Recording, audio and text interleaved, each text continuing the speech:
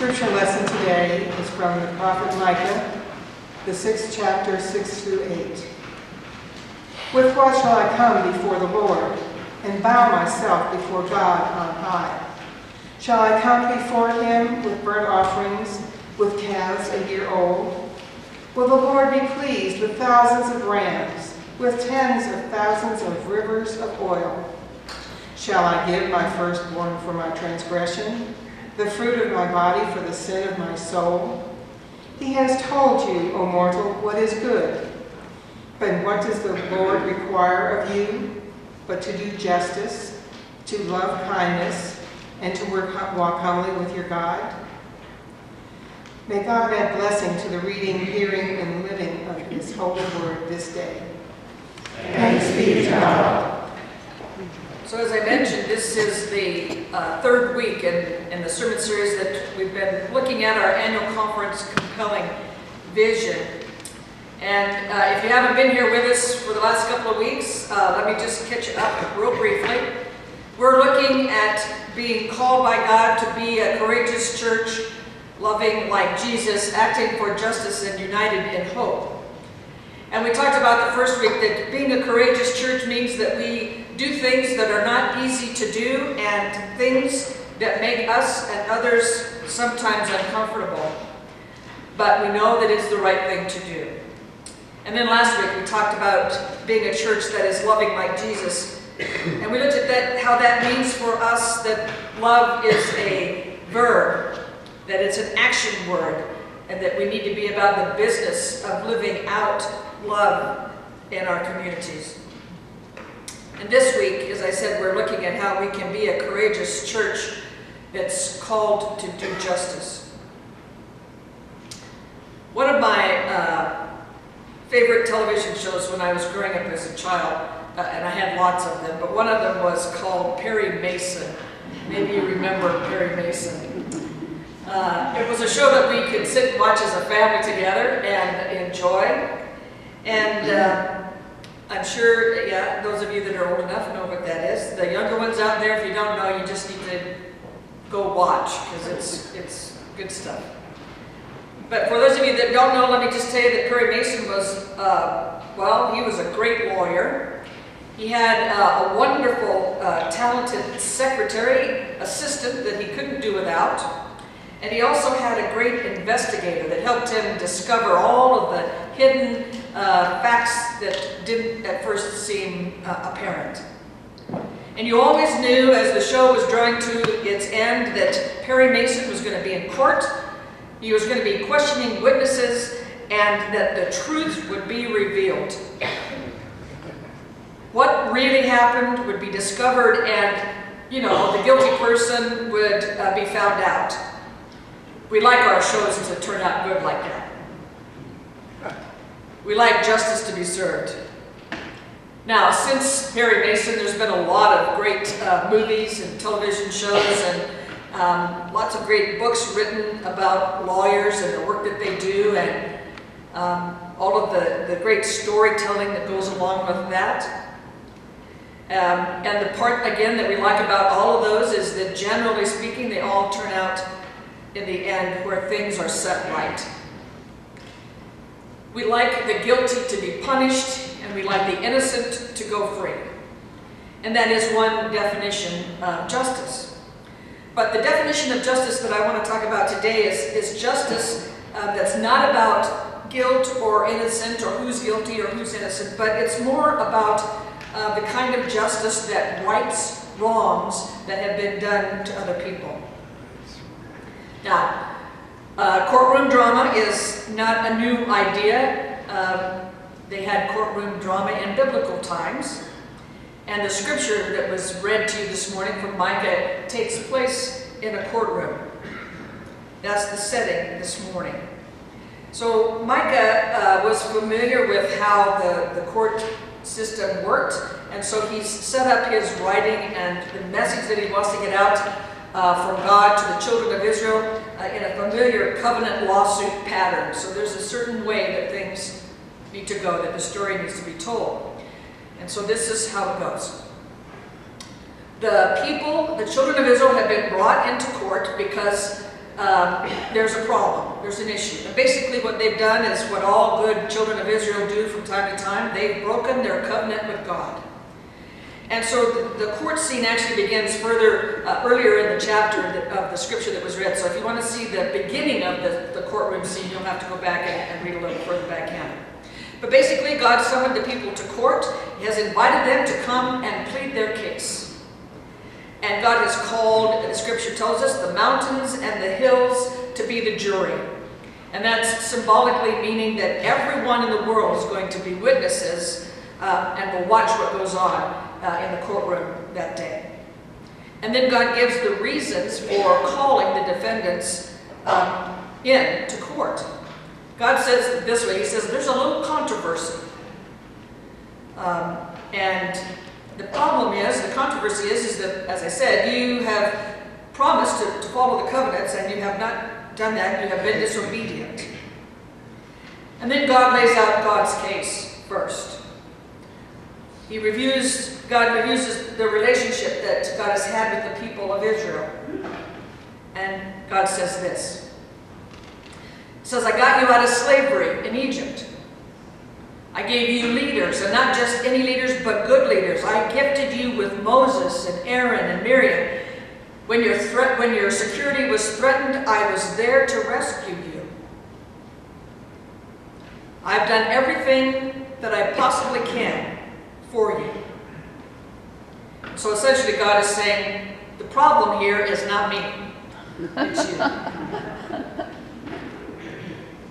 God even asks the question, what have I done? Where have I erred against you? And so the first part of the courtroom drama has been set by God reminding the children of Israel about their history with God, setting the stage, getting it on the record. God is not the one that's the problem. And so next, the witnesses are summoned. God's people come in and they express their desire to be right with God. They don't even bother to deny the charges that have been brought against them. Instead, they ask a question. And they say, what is it we need to do to make this right? What do I need to bring before the court? Should I bring burnt offerings, thousands of rams, 10,000 rivers of oil? Shall I offer my firstborn? What is it, God, that we need to do to get back in your good graces? And it seems as if they're willing to do almost anything to restore their relationship with God. Now, if this was a Perry Mason show, you would know that it's about time for the big finish, the big reveal. The courtroom is about to explode because the real truth is going to be revealed. That's where we are in the story. So Micah tells the court these words. And remember, Micah is talking as if God is talking. So Micah says, God has already shown you what is good and what the Lord requires to make things right. Everyone in the courtroom, I'm thinking, was stunned. Their mouths hang open. The solution has already been revealed. We already know what we're supposed to do. When did that happen? Where was I? What's Micah talking about? You already know what you need to do, God says. God requires that you do justice, that you love mercy, and that you walk humbly with God. Amen.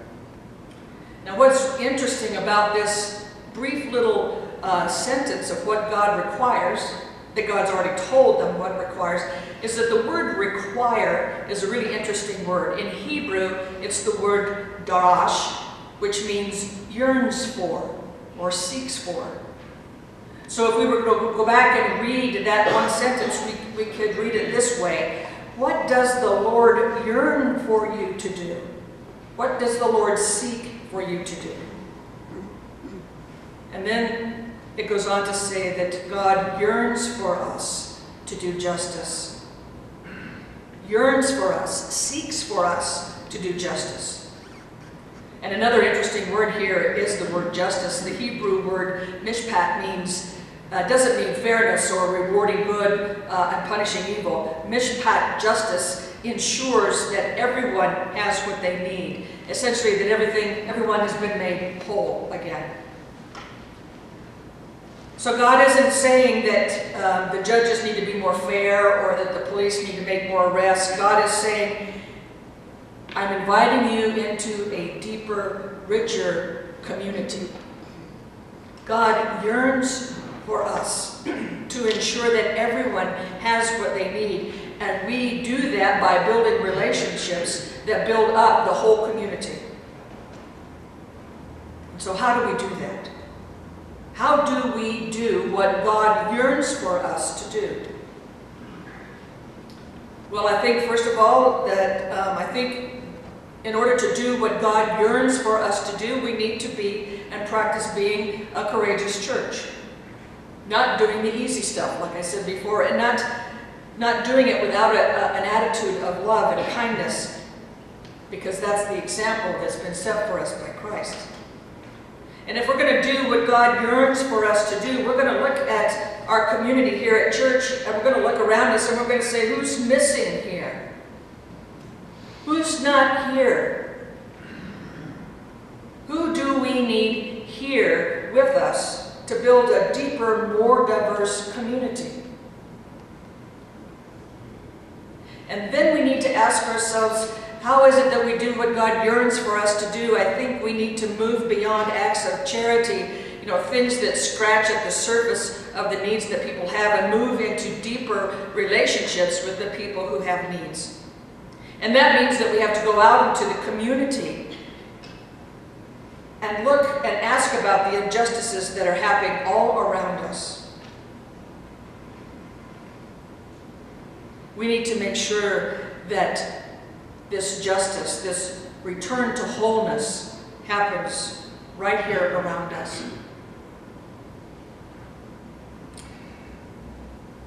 I've confessed to you before that I am a reader, I think.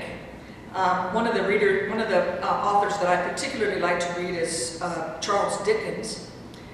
And in the time that Charles Dickens was writing and in the history of the world, it was a not so good time sometimes for a lot of folks.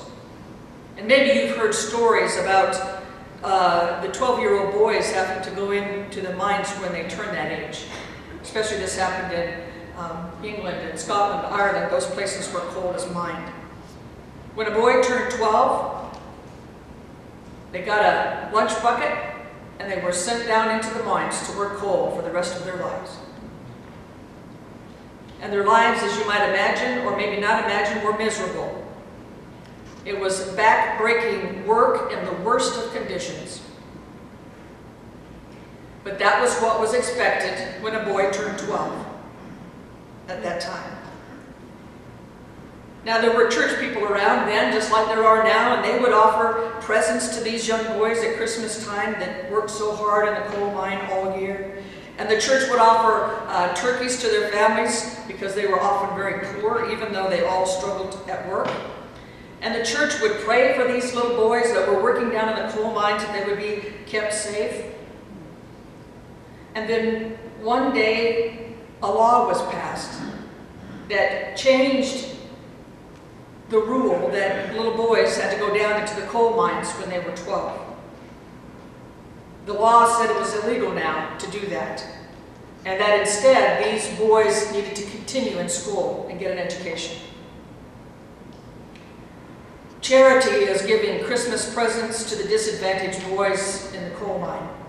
And charity is giving turkeys to their families during the holidays. And charity is offering prayers for the little boys that work in the coal mines. But justice is working to change the law so that it was illegal for these little boys to work in the coal mines.